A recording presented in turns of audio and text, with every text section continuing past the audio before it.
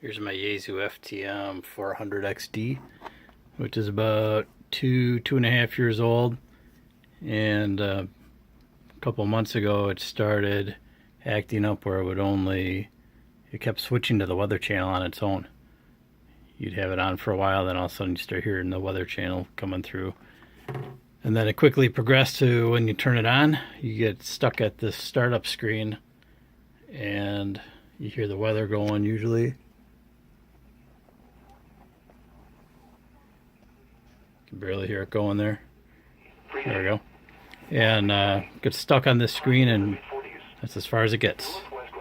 You can turn it on and off, and it just keeps coming right back to that screen. And we've tried doing firmware updates on it with no luck. None of the buttons work on it, besides the volume button. And Yaesu says send it back, and for $70 an hour, we'll take a look at it. So shame on Yaesu. This thing's a piece of crap.